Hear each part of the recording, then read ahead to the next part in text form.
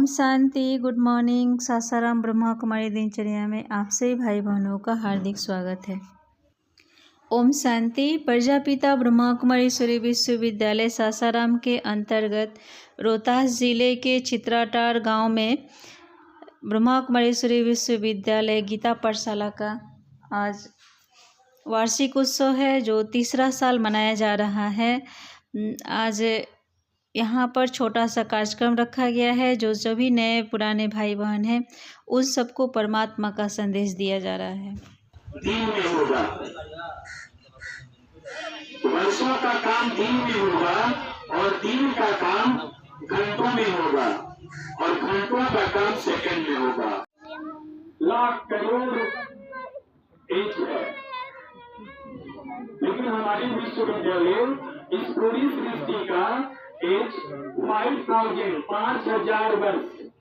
यह आदि अनादि ड्रामा है, ये कभी अंत होने वाला ड्रामा नहीं है, न कभी स्थापित हुआ है न अंत होगा।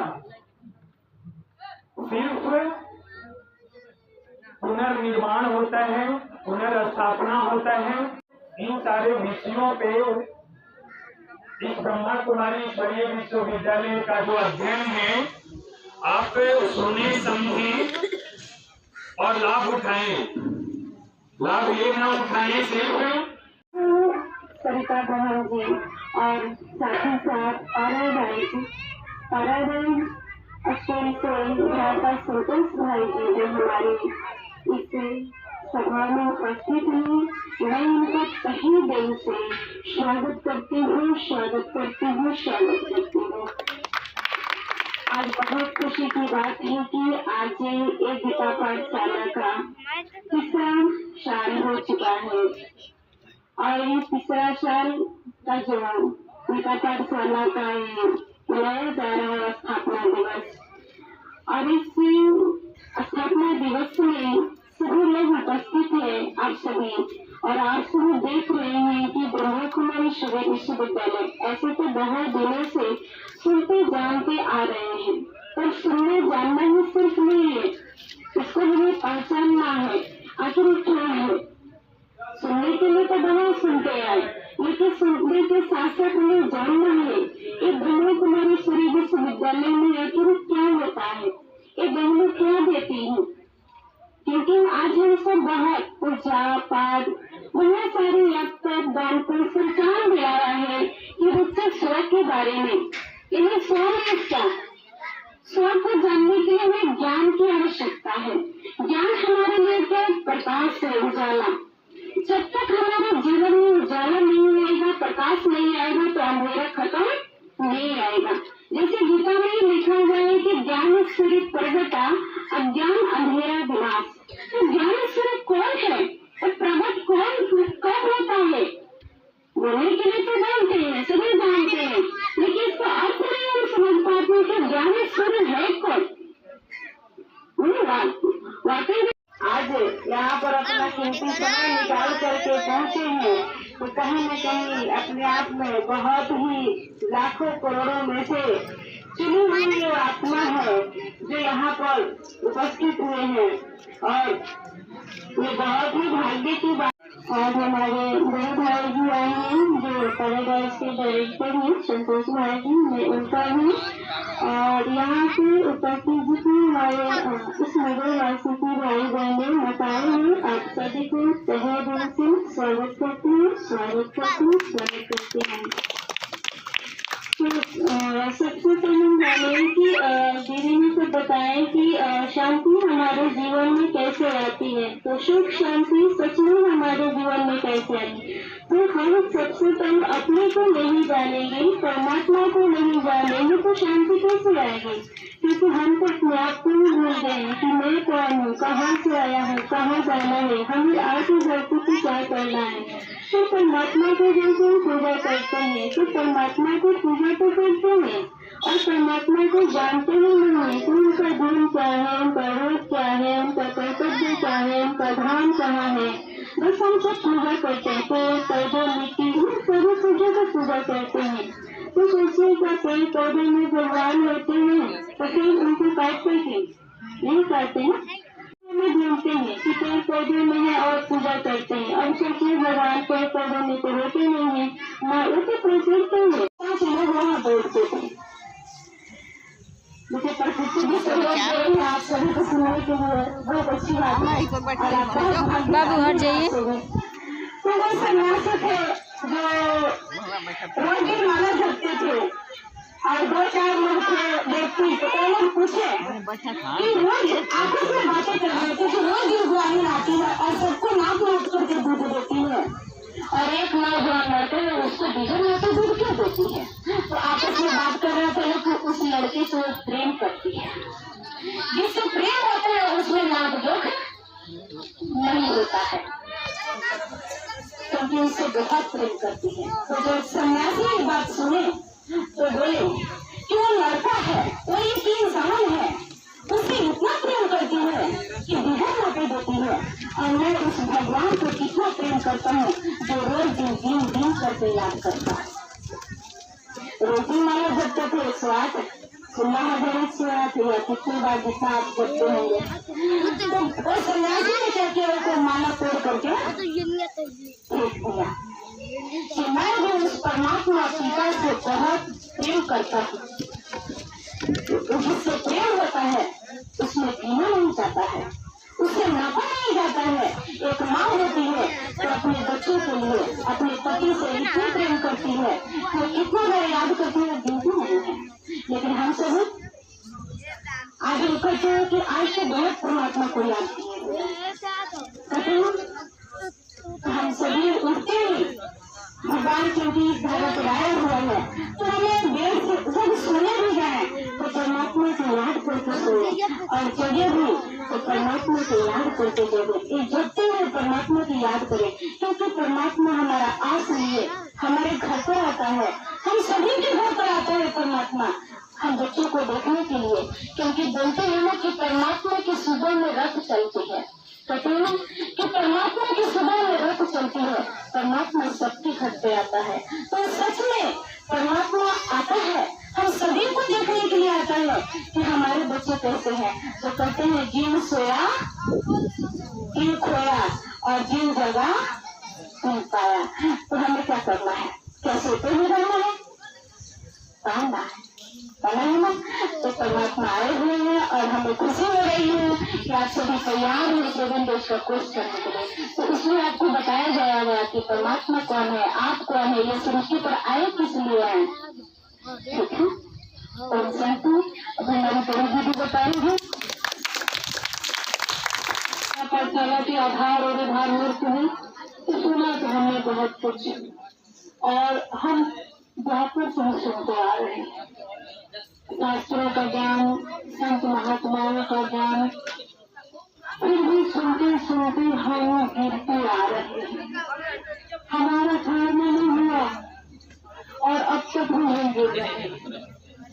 तो जब हमारा गिरना अति में चला जाता है, जब हमको संभालने की शक्ति न धर्म शास्त्र में होती है न संत महात्माओं में होती है, तब स्वयं परम पिता परमात्मा को अवतरित होना पड़ता है।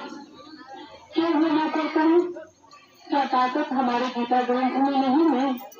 क्या ताकत महावीर में नहीं थी? क्या ताकत बुद्ध भगवान में नहीं थी? क्राइस्ट में नहीं थी कि मोहम्मद में नहीं थी? ताकत किसमें नहीं थी? थोड़ा सा ही मैं इस टॉपिक को बोलूंगी, क्योंकि ज्ञान तो आप लोगों ने इतने विस्तार से हमारी बहनों ने आत्मा का ज्ञान, परमात्मा का ज्ञान, सृष्टि चक्र का ज्ञान सब कुछ दे दिया। ज्ञान देने को तो किसी सलाह नहीं। तो सबसे पहले तो बधाई आप सबको कि आपके प्रकृति की गोद में बैठा ये गीता पाठशाला, ये ईश्वर की प्यार की अनुकंपा है आप सबके ऊपर, ये ईश्वर की कृपा है आप सबके ऊपर। अब ये आप पर निर्भर करता है कि इस प्रकृति की गोद में जो ईश्वर की अनुकंपा इस गीता पाठशाला के माध्यम से बरस रही है, उसका आप कितना रसपान कर पाते हैं। जरूरत है रसपान करने की, अब जरूरत सुनने की नहीं है, सुनाने की नहीं है, पढ़ने की नहीं है, पढ़ाने की नहीं। माँ बाप की दुआ जो होती है वो खाली नहीं जाती है। माँ बाप की जो बदुआ होती है वो ताली भी नहीं जाती है।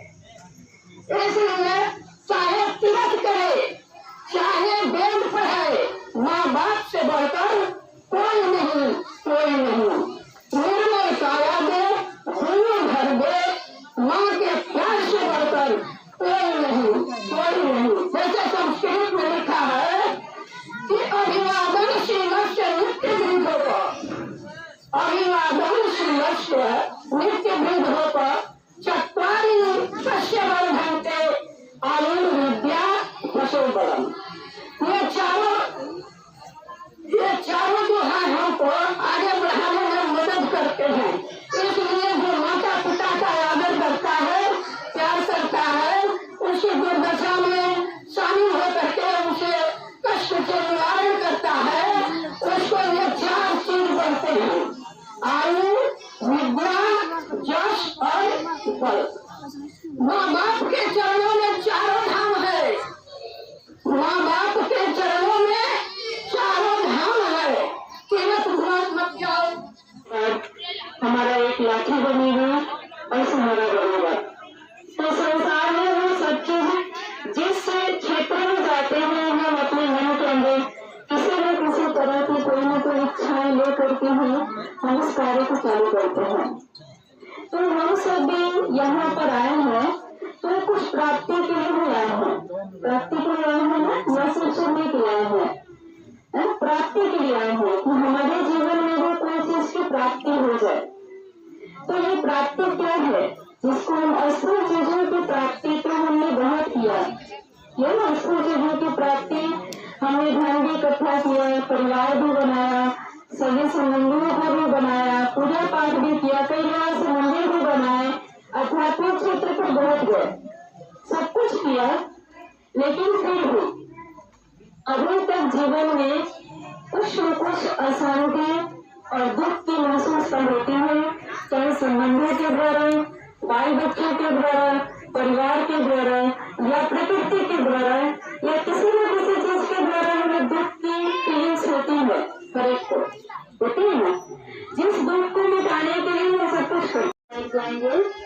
और बच्चे आप सभी आवाज नहीं करेंगे। आप सभी से माताओं से, उपस्थित सभी से निवेदन है कि अभी जब तक गीत बजेगा बाबा का, हम लोग काफी साइलेंस में रहेंगे। भगवान को भोग लगाए जाएंगे क्योंकि आज भगवान को हम लोग आह्वान कर रहे हैं कि इस गीता पाठशाला का 3 साल पूरा हुआ और उनको आज हम सभी मिलकर के भोग लगाएंगे। प्लीज कृपया आप सभी अपने स्थान पर बैठ जाएंगे।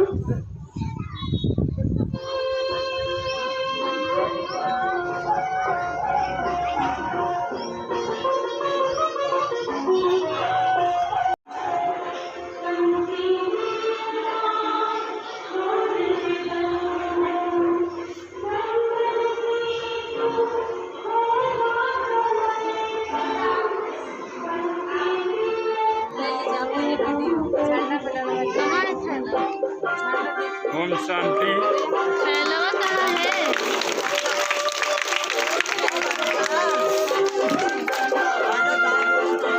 ओम शांति। मंजू बहन सौल और माला के साथ बहन जी को स्वागत कर रही है।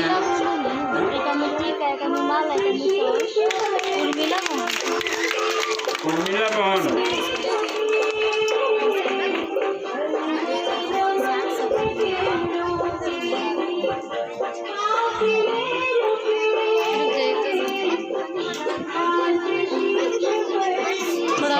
आगे चलना चाहिए।